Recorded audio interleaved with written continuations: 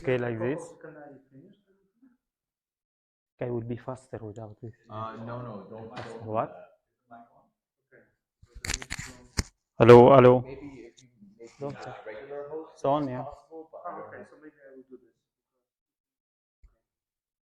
There are no co-hosts, so then I will not hear anything from the computer.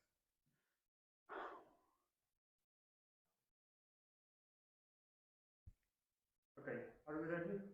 Yeah, yeah. Okay, go ahead. Okay. Did you leave the Started? To start? The progress, I have the session, okay. Again?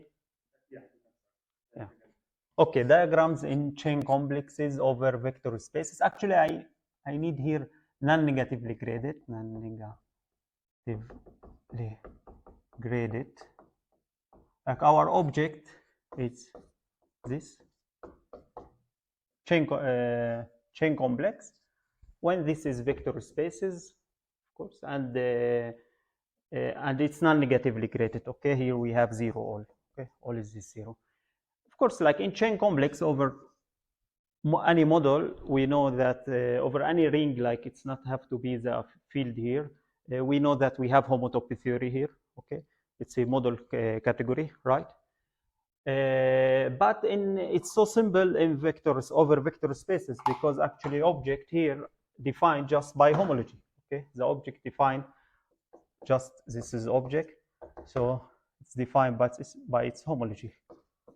So it's just graded of vector spaces, right? That is it's defined by this graded vector spaces. Also, in terms of maps, actually, we know this that if I have in chain complex in general over some kind of ring, okay, let's say abelian groups over abelian groups. So if we have to in chain complex, so we know this kind of sort of the coefficient theorem, universal coefficient theorem that said, okay, if you're going here to the homology, like here, what I mean by this, I mean all the maps from X to Y in chain complex when I divide by the homotopy relation, okay? So we can go to the homology.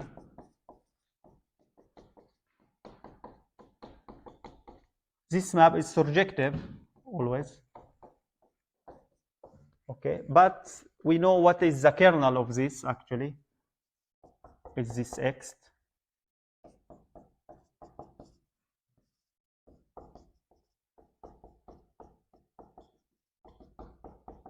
Okay, this is the kernel of this. So we have this short exact sequence. It's not like the reverse. But when we are in vector space, everything is free, so this will kill. And we see that we have just this isomorphism. So that means that up to homotopy also maps in this category defined by just the homology. So it's just like if I have a map from V to W, so it's just the linear maps, just linear maps like this maps. H N F from H N V to H N W, nothing else. Okay, so in terms of object and in terms of maps, we just have linear algebra. We don't have anything like special, okay? But if we go into diagram, there is something here. Okay, sorry. I just have to write here, okay. If we go into diagrams, we have something like the symbol diagram. Let me give you the symbol diagram that we have something interesting. Like this diagram, if we take this V, like I mean V and the other is zero, chain complex, just we have V. V is a vector space. Okay, we have V and the other zero. Here we have V, like a cone of this. Okay, here in the degree n, here is the degree n plus 1, here is the degree n, and this is just the identity. And here the same we have. And here we have this. You can imagine what's the inclusion. Maybe I can put this one, this two, but all of them are the same, like V equal to V1 equal to V2. This is a commutative diagram, yeah, that this is zero actually in homology, right? Because this is contractible. No homology here. This is zero, this is zero, this is zero. But still, this actually not the homotopy type of this square, it's not the homotopy type of this square. Like here, V and 0, okay?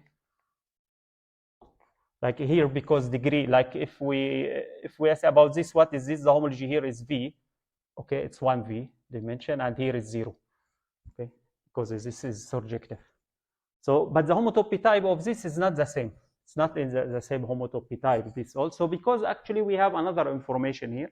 We have another kind of differential, or one can say from the homotopic limit of this to this map, we have another linear map. We have a map in chain in this word. And yeah, and there's a question how we can classifying diagrams. Okay, that is, yeah, okay, yeah. Okay, I mean, okay, that's, So thank you very much. okay, thanks. Okay, actually, I think we can thank all the speakers again for other questions. Yeah, still have a. The last part was quick. What things the last part? No, here is this like in general, like if you have square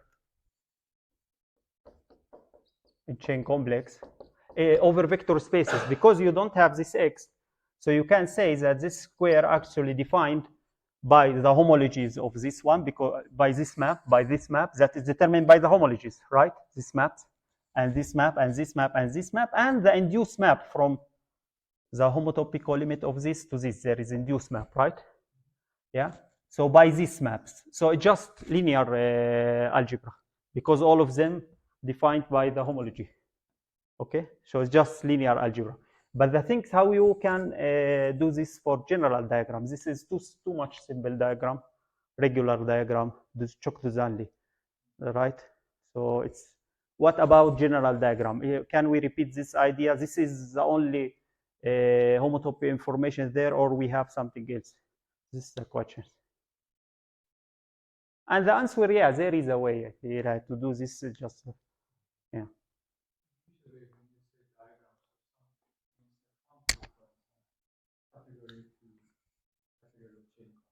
Yeah, right. Like this functor here from this diagram, we see here.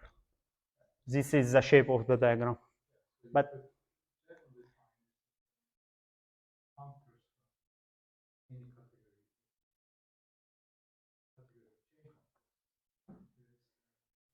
in general category, you mean? Yeah, no, but we want actually to extract from there, like to show the homotopy information there using linear, we'll just map which maps we needed.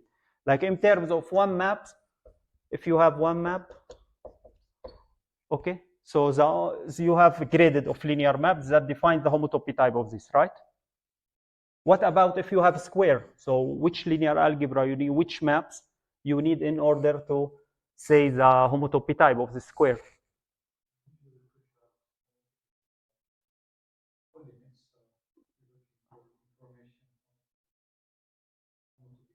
Yeah, but the homotopic limit, even if you're going to the chain complex over abelian groups, you have x.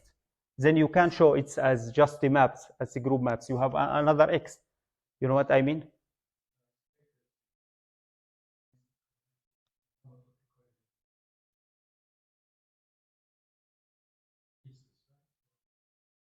No, but you not just have linear algebra. Like here, if you have this square in over abelian groups, chain complex over abelian groups. Okay, you say that it's defined by the homotopy type of this map, the homotopy type of this map, the homotopy type of this map, and this. But how you can explain this in terms of, now you have something else, not just these maps. You have also the X. Yeah? It will be more complicated because you have X. And if you have more diagram, you want, okay, to buy from chain complex, the homotopy in diagrams here, in chain complex over abelian groups. This is another question. How you do all of this just by maps, abelian groups map in this, and plus X. But maybe you have another higher order X. It's not easy, by the way, this to do these things. Yeah. by the way. But in over vector spaces, you don't have it. So your goal is to classify homotopy diagram over chain complex over vector space using what? Using linear algebra. Which maps you need? Which maps you need? It's not just this. General philosophy is if you have excess, you resolve it with project excess, and then because of the projected case, there's no x. Yeah, there is no x here. Yeah, yeah, exactly. Exactly. Exactly. So you resolve it projected, delays the normal chain. Yeah, yeah. You could try to, and I didn't understand exactly, but there are methods for this. Resolve it with projected. Yeah, yeah. Yeah, actually, yeah, you mean the differential here, you mean because this actually is, we can look at it at this as this like V, and you have this plus this as double complex, right? So you mean the differential from this double complex that we get? Because every square, everything like this give you double complex. You mean this kind of differential? And you said you need X groups, and the same. When you have X groups, you replace your chain complexes. Uh-huh. Over vector spaces, you should have X. Yeah, you shouldn't have. So you have opportunity to do this to extra like all the linear algebra you have and all the information you have for general diagrams. Yeah. Because diagram can be complicated. It's so easy diagram. Diagram can be complicated. I mean, just directed diagram, let's say, because also if it's not directed, it's more and more complicated. Yeah. Okay, I think we can start here on the next speaker. So I need somebody to come. Ah.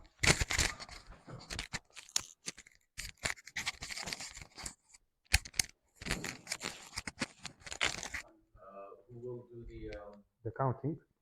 counting? Okay. I can do it. Okay. Yeah, you should. Okay. Because yeah, I'm actually using just the usual timer, and then I'm playing. So this one is silent, and here I have Super Mario Bros. Death. So when it's 0, you just Yeah. just need to click the Yeah, and of course you need to go from timer to Spotify, but that should be easy. Okay.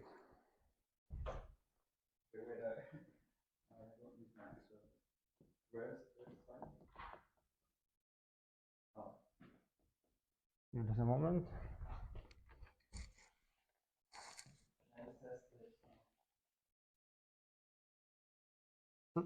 The timer has sound turned off Okay, but then it doesn't work. because I also silenced the computer. So I should unsilence it. Yeah. Okay, but I will not go over 5 minutes anyway. Okay, wait, I'm not.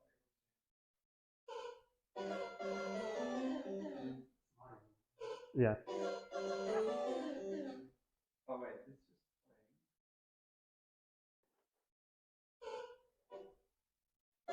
playing. Okay. Okay. Okay, anyways, I'll do it. Okay. You can just yell at me at the end. Okay, so are you ready? Yes. Oh. Shall I? Okay, so I actually wanted to give a short idea on a theory which we came across recently, with this theory of partial groups, and I find it very amusing. I actually wanted to go to something which we recently defined in our research. It is not very sophisticated, but very nice idea, I think. But 5 minutes is not so long time. So I will just give idea of partial groups. So okay, what is the idea? So let's take a group G, and let's think about the set of d torsion elements in G. So let's say that these are elements of G, such that G to the power of D is equal to 1. So, of course, this set is not closed usually under multiplication, because if I have two D-torsion elements, there is I have no idea whether their product will be D-torsion or not. But there is one rule which I can use to enforce the D-torsion of the product, which is commutativity. So if the two products are D-torsion, if the two elements commute and they are both D-torsion, their product will be also D-torsion. That's fairly easy idea. So what we have here, this GD is not grouped by itself, but it is a set which has an idea of partial multiplication. So some elements I can multiply, some I cannot. And of course, we have inverses. So, okay, what is a partial group then? Let's start with a partial monoid.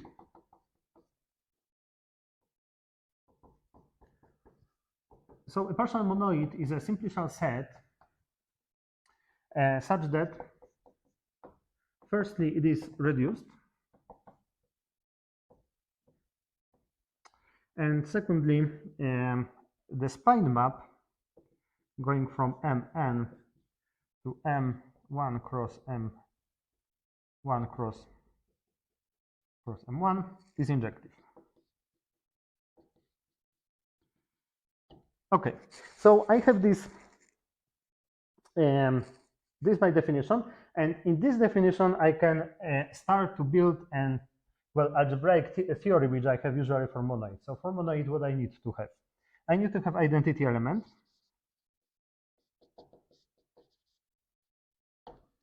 So identity element will be degeneracy of the single vertex, and I need a product.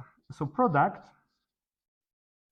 will be a map from Mn to M1. Of course, this is I should put here pi n, such that okay, and this map is equal to composite of D1 n minus 1 times. Okay, so this is my idea of a partial monoid. In order to have a group, I need also to have an inverse. So a partial group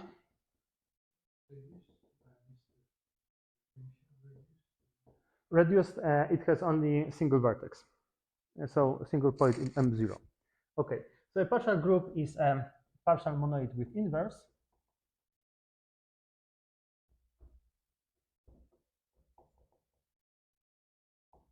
i.e., for every element u in Mn, there exists u inverse also in Mn, such that the product of u and u inverse is equal to 1. But this statement here has two layers. Firstly, I'm claiming that I can do such product.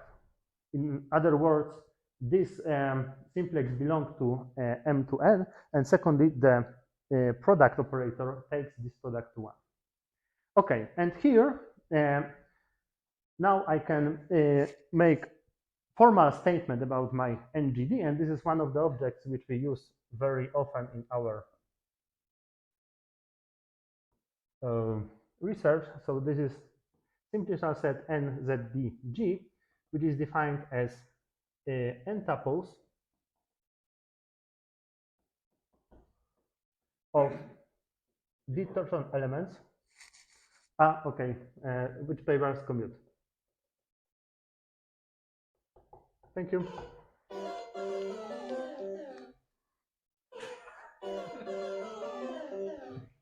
Okay. Any questions for Igor? Yeah, so I actually finished, but yes. So this is an example of partial group of a partial group. So we call it D-torsion commutative nerve. So it is a space consisting of as n simplices, n tuples of elements of G, detorsion elements such that they all pairwise commute. So using this definition, well, I can ensure that if I multiply all of them, I will still be detorsion. Yep. Partial group object in some category. I don't think so. So, For example, sets and partial maps group object. oh, I don't know. But this is a simplicial set. Yes. I'm just saying, like, sounds like it's a group object. Yeah. So I think these are very nice. This is a very nice idea, but we just started to use them, and this is an approach which is given by Broto Gonzalez. So they built this simplicial set theory in order to give nice exposition of an extension of partial groups. So then you are saying that what is extension of partial groups? Well, it is just a fiber bundle where all of the simplicial maps in this fiber bundle are partial groups. Then you can control these extensions by the second cohomology. But this whole idea of partial stuff, partial groups and partial monoids wasn't originally to them. It was originally to Chermak, and he came of this idea with some connection to fusion systems. But I don't know well what else can be said about partial groups in this sense. Yeah, I mean, because if you internalize the definition in some nice category, there might be tools available. To what? Sorry. There might, like, if you internalize the definition, say these are group objects in some weird category, then you can perhaps, like, use tools, like if you're studying group objects somewhere, like, you know, you can study, I don't know, you use maps from maps, things like that, you know what I'm saying? There are some tools available, because internal theory is pretty developed. Well, okay, so this is a nice question. I don't know what the answer to it. Okay, I'm just saying what I would say. But actually, we recently came across other problem. I mean, what is homological algebra over partial group? So this would be something different too. Homological algebra, because you have well, you have a notion of a module. You can define what are fixed points. You can define what would be orbits. You can define plenty of stuff. But then the question would be, okay, what are projectives and so on and so forth. So I think this is something for the future to do. Okay, any other questions? What do you have in between M and N? Sorry? What do you have in between M and N? Ah, bar. So yeah, sorry, I skipped a whole part because okay, what does it mean that this map is injective? It means that I can write an n tuple u1 up to un over here. This will be there is a preimage of this, so this is denoted by u1 up to un. And here still I'm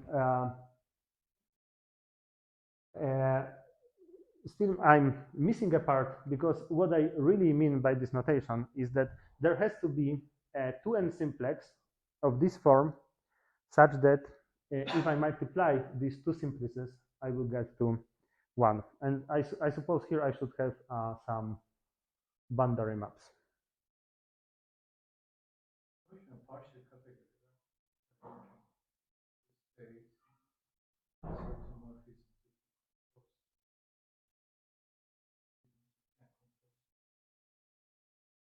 This is the specification function.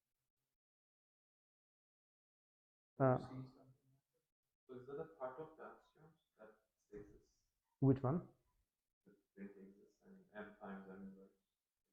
Yes, if you want to have a partial groups, yes. So this is like, as I said, these are two statements inside. Firstly, I need to be able to multiply these two simplices. So then there has to be a simplex in M to N such that if I take appropriate phase maps, I will get U and U inverse. And this is the first thing. So I can multiply these two guys. And then after I multiply them, I will get 1. And for the partial category idea, I also don't know. If you just say that, remove the reduced part, you get a portion. Yes, this might be the case because I can just think about the set, right? Okay, so what is a group? Group is a single object category, right? So if I have single object partial category, if partial category means that I can just multiply, I can just compose some of the morphism, some I cannot, then yes, this might be the case. He defined it exactly. Partial category. Yeah.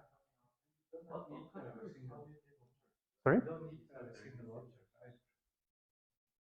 Axiomatized normal composition. So sometimes exist, sometimes. Ah, okay, I see.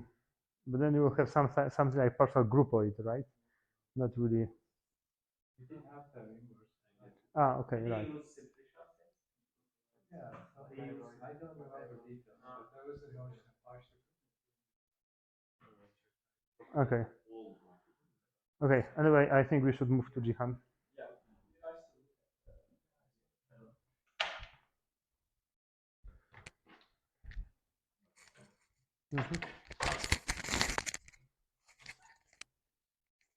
Here's the microphone.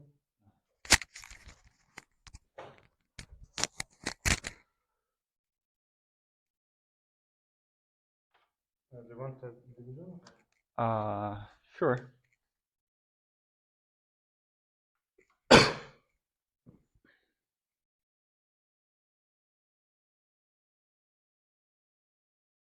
Okay, maybe not.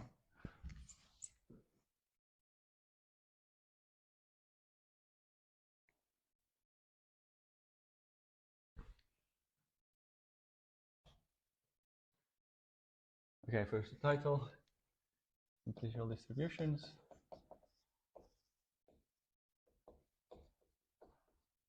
So that will be only in pictures. So.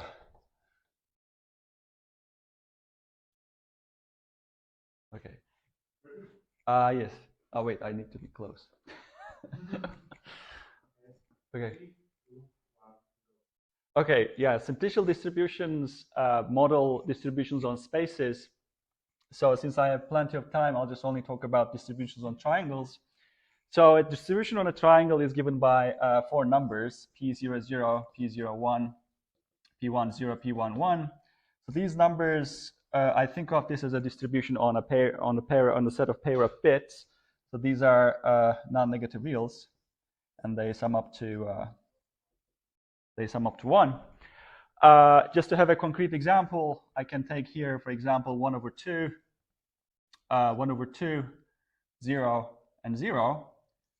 And then, well, this is a distribution on a triangle, but I need to associate a distribution to every geometric object I see, essentially the edges too. So the edges, the distributions on the edges are going to be given by distributions on the bits. So it's going to be a distribution on the set 0, 1.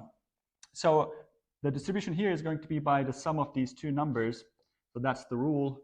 And the distribution here is given by the sum of these two numbers. And the distribution here is given by the sum of these two numbers. So it suffices to just record one of those. The other one is just 1/2, 1/2, and 0, 1 here.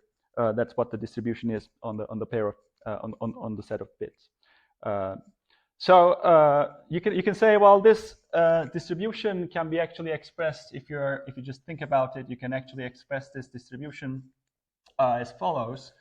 I can just think of this distribution, which we call a deterministic distribution, and let's put a 1 here, and this distribution, because if I just take a weight of these things, 1 over 2, 1 over 2. If I sum the numbers inside, I just get this one. But you can say, okay, then it suffices to consider only probabilistic mixture of these deterministic distributions in general, but it's not the case. So you can, for example, take a triangle and glue these two edges. So that will be topologically a cone, so which looks like this. Then there's an additional condition which says that the probabilities here are supposed to be the same. So this is, in fact, a distribution here too. But then if I try to express it in this way, the deterministic distributions that are allowed on this space, when I glue these two edges, are only these two. So I'm not allowed to put a 1 or 1 here because it will be just double the ones and it's not going to be a distribution. So these are the deterministic ones. If I take a probabilistic mixture of these two, then there's no way I can get this one because I can never get a 1 over 2 here because this is 0 and 0 on the other side. So this is not equal. A distribution of this kind we call contextual, and the distribution of this kind we call non-contextual. So our goal here is to understand which distributions are contextual and which are not. And there's a famous theorem. So if I consider this space a disk triangulated into these four triangles, then a distribution here is non-contextual if and only if it satisfies the CHSH, not P, but the P on the boundary. So when it's restricted to these four edges, satisfies a sequence of inequalities. So this is a very famous theorem due to Fine from 1980s. And using this technology of topological spaces, you can actually provide a topological proof of this. And well, you can ask what kind of tools you have. So the goal here is to derive these inequalities characterizing non-contextual distributions. And these are particular types of Bell inequalities, which are quite famous. So for example, I can take so what kind of tools we have? We have something called the gluing lemma, which is pretty useful. For example, if you just take these three triangles, then every distribution on this turns out to be non-contextual. But if you add this additional triangle, you can have contextual distributions. And I can also divide this into a smaller piece, just two triangles. So our gluing lemma says that if you have two spaces, whenever you glue them along an n-simplex, if the distribution on these two pieces is non-contextual, then the whole thing is going to be non-contextual. So the triangles are non-contextual, so it's glued along an edge here. So the distributions on this one is non-contextual. So I can apply the same thing along this edge, non-contextual and non-contextual glued along a triangle. It will stay non-contextual, but the last bit, which is glued along this two edges, which is not a simplex, turns out to give very interesting examples. So this is the goal of the simplicial distributions, provide topological methods. Okay. So are there any questions that you have? Well, just a comment. The picture in the non-contextual setting. Very interesting. I got a similar picture. Okay, you mean this picture? No, the other one. This one? Yeah. Because like you have. Okay, so what I got in my setting is like something. So you have like degenerate things, which are the two triangles on the right. They look degenerate. Degenerate in what sense? Like not as a simplicial set. Well, in my case, yes, but like, in this case, no. So yeah, I see, but so you have what I got recently, like degenerate things, they combine, they give you something non-degenerate. And the example I have is exactly the ones that the zero. Okay, since I don't know what you have in mind, but yes. It's a comment, like it's interesting. Yeah, okay. I mean, so this is like the simplest thing that you can think of. This is like a triangle, the building blocks if you have two-dimensional spaces. So this is kind of the simplest contextual thing we know. If you just glue the two edges, then that gives you contextual because it forces that you can't really put ones here. Anyway, so that's the thing. So No, I mean, no, if you have a distribution like this, if you remember the original picture, I had to erase it, P00, P01, P10, P11. So these numbers are the probabilities for outcomes 0, 1, 0, 0, 1, 0, 1, 1. So this means the outcome 0, 1 occurs with probability 1. So it's a deterministic distribution in that sense. And this says that the outcome 1, 1 occurs for certain. But if you have this thing, you can actually talk about a distribution where 0, 1 and 1, 1 occurs with equal probabilities. But this can never come from something of that sort. Of course, this is a very simple example, but working this out turns out to be, I mean, the proof of this from, if you just try to do it topologically, I would fill this whole board with pictures. So it would take another 2 minutes or so. No, I mean, like it would take 10 minutes just to do that. Yeah.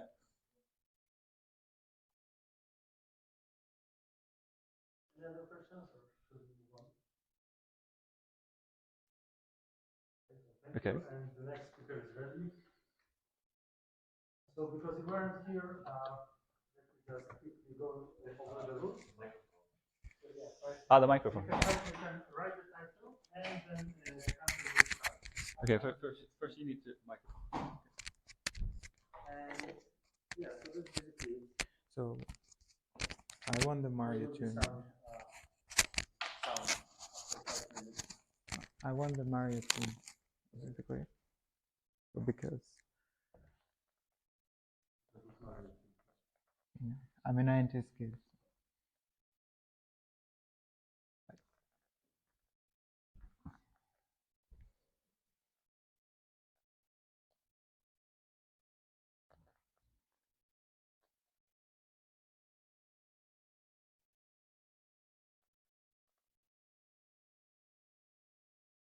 Okay. So which pen works?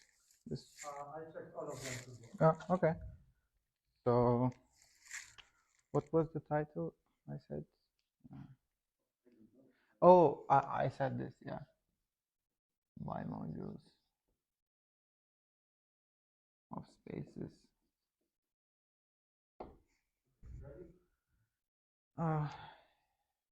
Okay, go.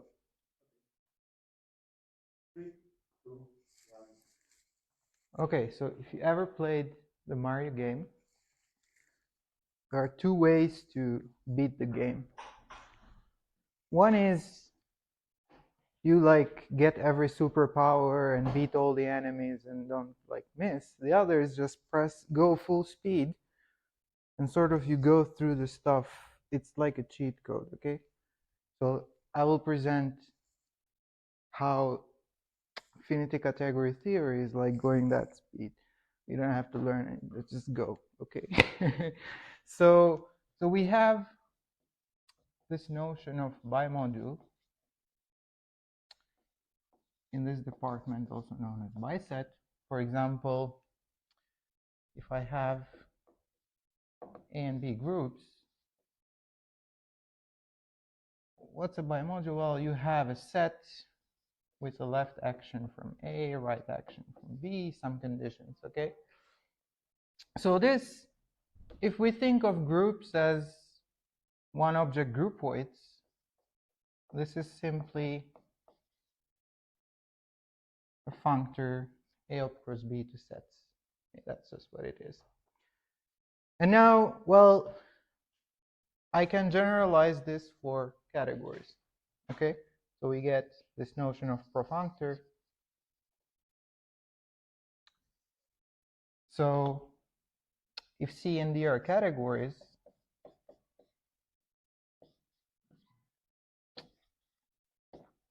functor C up cross D to sets is the notion of bimodule for categories, you might say, okay? So C and D categories, okay? And, well, you can use the language of algebra, etc., etc. So where I want to get at is, what if A and B are spaces, okay? Or finity categories, or whatever you wish, which is sort of topological. Okay, so there is a description of this, okay, which makes it possible, and I'll just draw a picture. So we draw pictures of the categories C and D. And let's say I have an object C and an object D here. So I have a set UCD prescribed by this functor. So now I take an element here and I draw it as a morphism from C to D. Okay. So you can do this, and basically if you have morphisms this way, it gives you the action. You can check that it's equivalent to draw this kind of picture and to define this kind of functor. Okay. So drawing this type of picture is the same thing as defining a category equipped with a map to the category delta 1. Here. Okay. So this thing now, for functor C to D, is the same thing as categories equipped with a map to delta 1 with fibers C and D. You know, well, here we go. I've done it. So if you have spaces, well, you have the delta 1, which is the interval. That's it. Okay. So I can define this. So now, for example, X and Y simplicial sets. I can define correspondences. Well, that's the term for profunctor. To be simply simplicial sets over delta 1 with fibers X and Y. So these would be bimodules of simplicial sets. You can do geometric realizations. You do bimodules of spaces, so that's cool. Okay. So what if we interpret spaces as infinity groupoids? This should be something algebraic. Okay, so let me just quickly say something. So for A and B now, infinity categories. Okay, so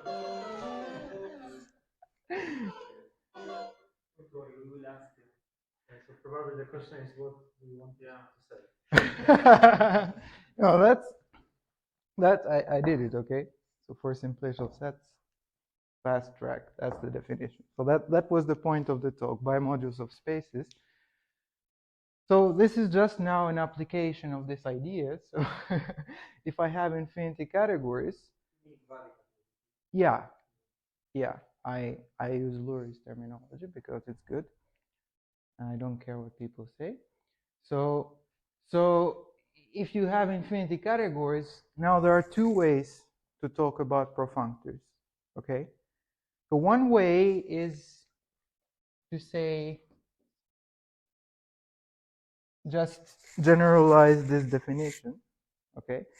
So let these be infinity categories, and instead of the category of sets, we map into the, so this is the infinity category of spaces. What's the infinity category of spaces? Well, is the coherent nerve of the simplicially enriched category of complexes. Okay, and also we have this other description, okay, like with the maps to delta 1. So there is a theorem which has been proved to take the infinity category of infinity categories, slice it over delta 1 such that, and take only those objects with fibers AB as an infinity category.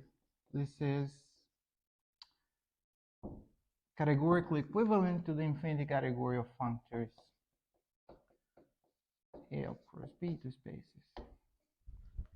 So that's what I was going to say. So yeah, I mean, Are there any questions? I do have one. So you said that this is, as I understood, the way of thinking of infinity categories. So what would be infinity category? Sorry, what? What would be what? So yeah, okay, maybe I misunderstood. But what I thought was that bimodals of spaces would be one of the. Yeah. Okay. So if you think, yeah, exact. So if you think of spaces as infinity groupoids by the homotopy hypothesis, right? Then infinity groupoid is a certain algebraic object, right? Okay. Right. It just has. It's a homotopy coherent version of a groupoid. Okay. So now you can talk about bi-action of groupoids this way. Okay. You see? Right. So now you can talk about bi-actions of infinity groupoids this way. Okay. What this is saying is that you can do it this way or you can do it this way. And these are equivalent infinity categorically.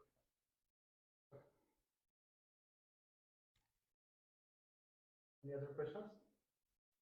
So Mark, I had interaction with that. With what? Yeah. Okay. Yeah, I've been saying that for years, but no one listens. So I've said many times to Lawrence and Hatice and like, do this for categories. It's just they're like, no, whatever. Yeah.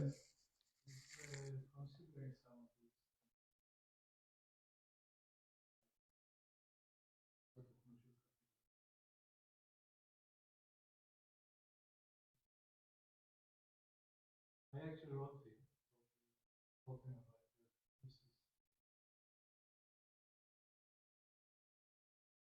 this is Okay.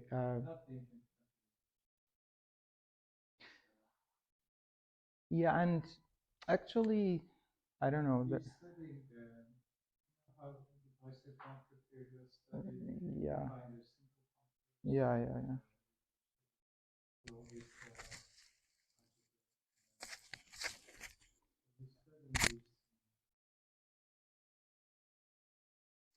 Yeah, I've seen the title of the paper, but I haven't gone into it. Yeah,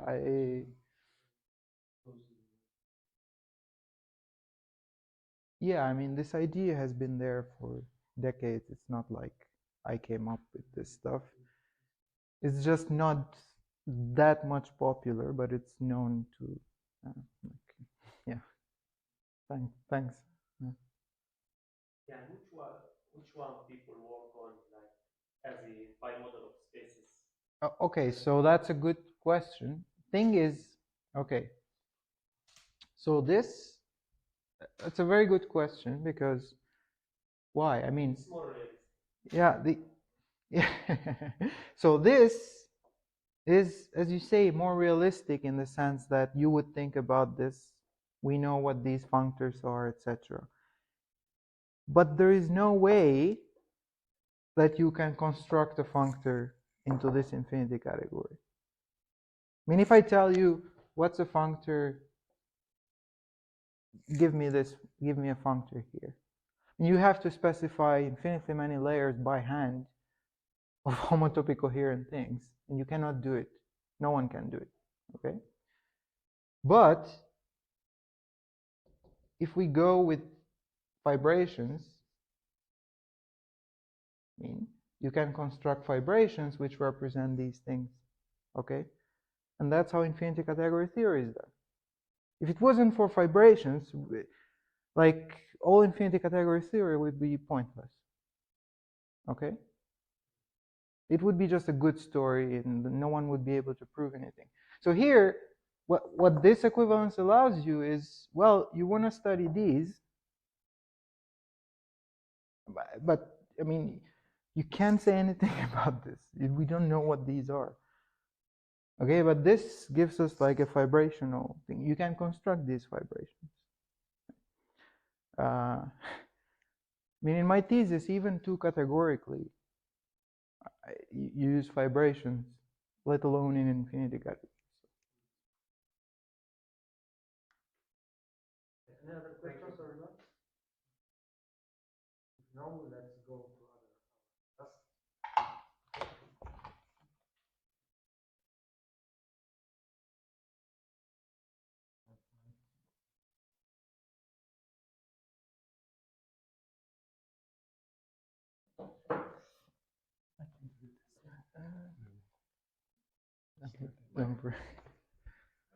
Oh, yeah.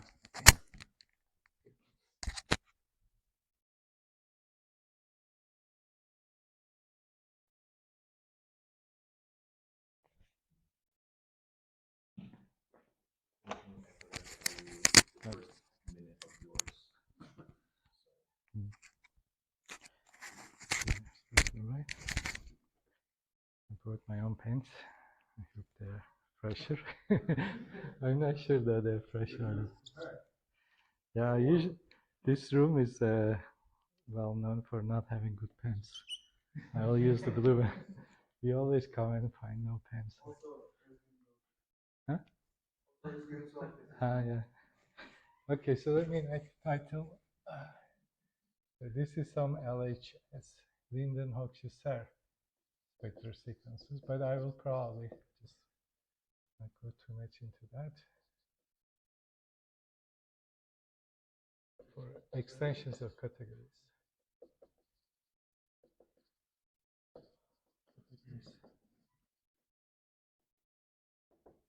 So let me just say what it is. Should I start? Okay. So extension of categories, you have a functor,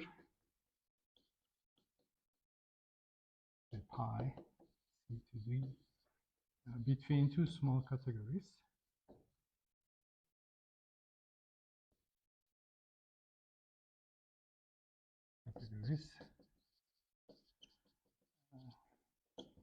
Is target regular. There's a version also source regular, but target regular.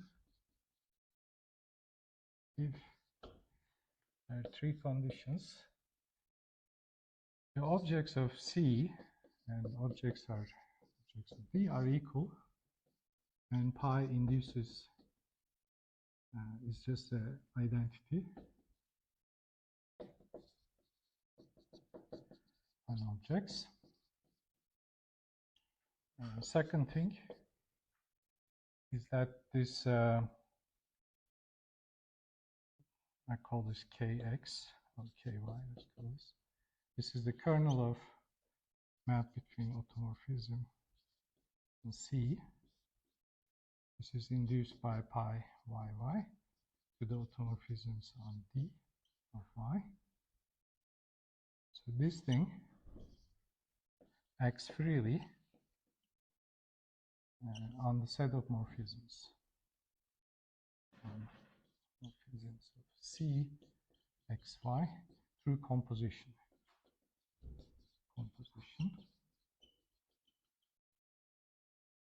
So you can compose with things in Y. And then third one is that this thing induces the map XY from morphism set XY to morphism set EXY induces an isomorphism bijection.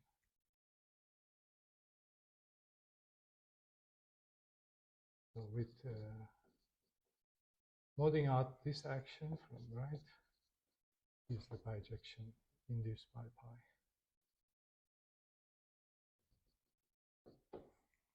So in this case, we write this extension. In this case, we write this 1 k c and d, where pi is here and k is just a discrete, something like this. It's a discrete category. It's the disjoint union of group categories of the objects of C. So what's the examples? Should I not go? So the examples, of course, most important example is the group extension.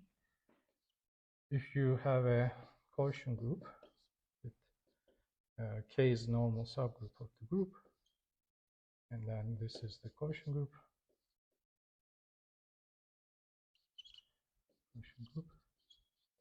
You can think them as categories with one object. So this will be an example of an extension of two categories. It's target regular. The source regular one is just the one that the action kx acts from the right, free v, and again the same things. Okay, the most important example that I will be looking at is this other examples. There's orbit category. So G is any group, discrete group. H a family of subgroups, a collection. Orbit category of G is a category with objects, with elements in H, and the morphisms in the orbit category H to K are G maps from the transitive G set G or H to G or K. So this thing actually is well studied, but there is a functor from transporter category to the orbit category, and this is target regular. So this is the transporter category, and transporter category is the one that morphisms from H to K are given by this G in G, GHG versus SNK. So this is the most important example.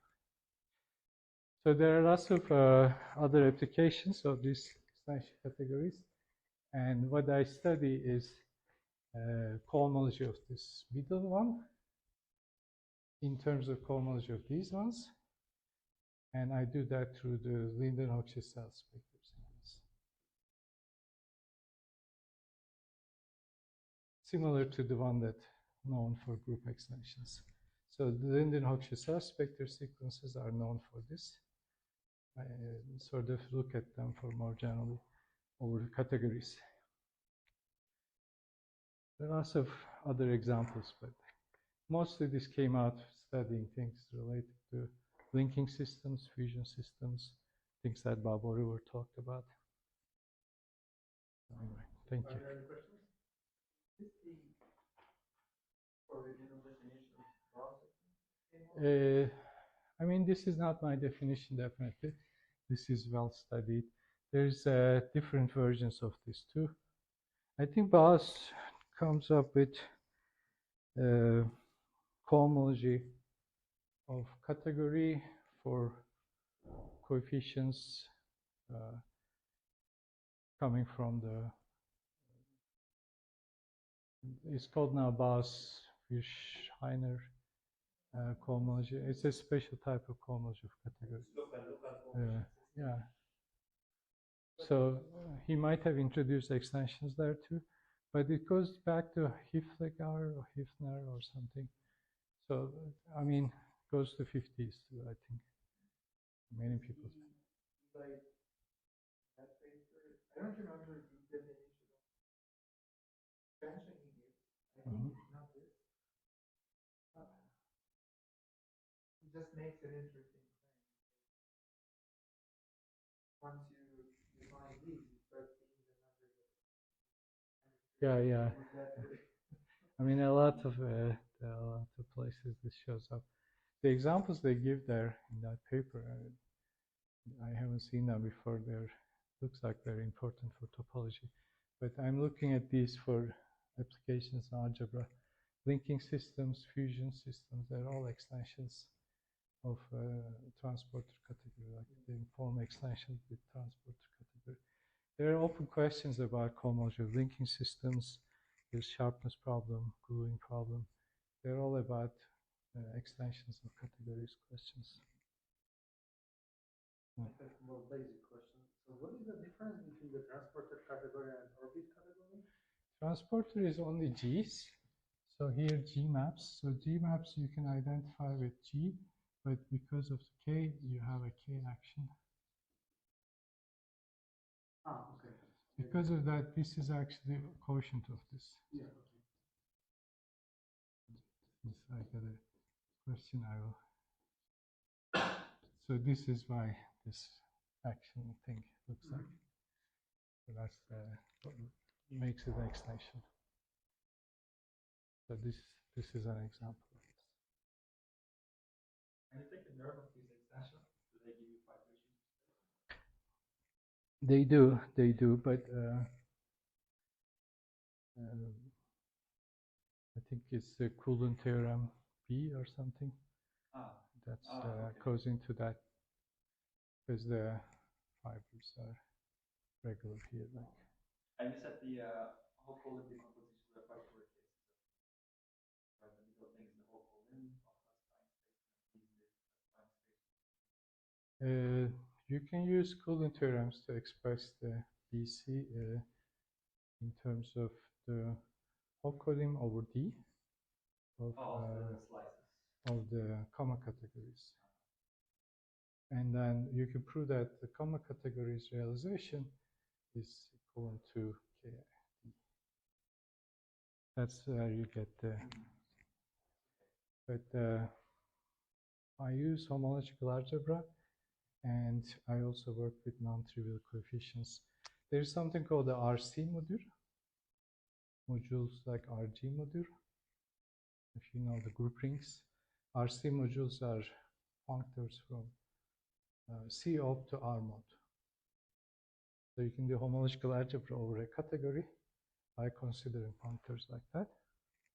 And these are, like in the group version, it will be G to R mod. And this is a RG module.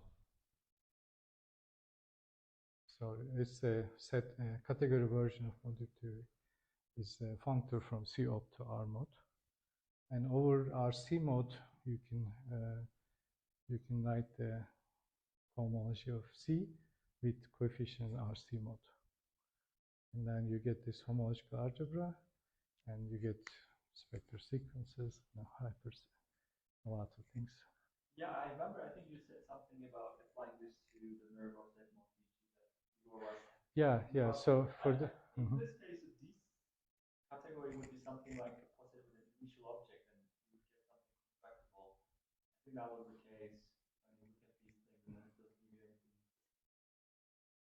You can look at it, but this theory, you have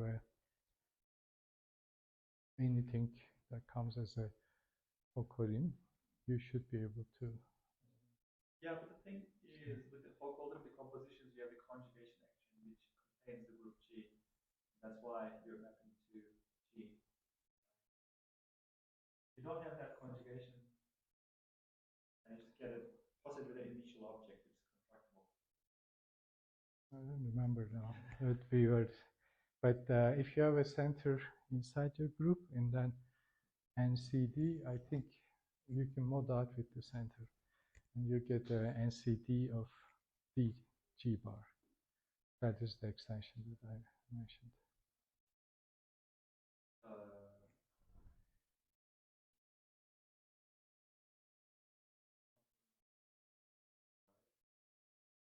Anyway, we can.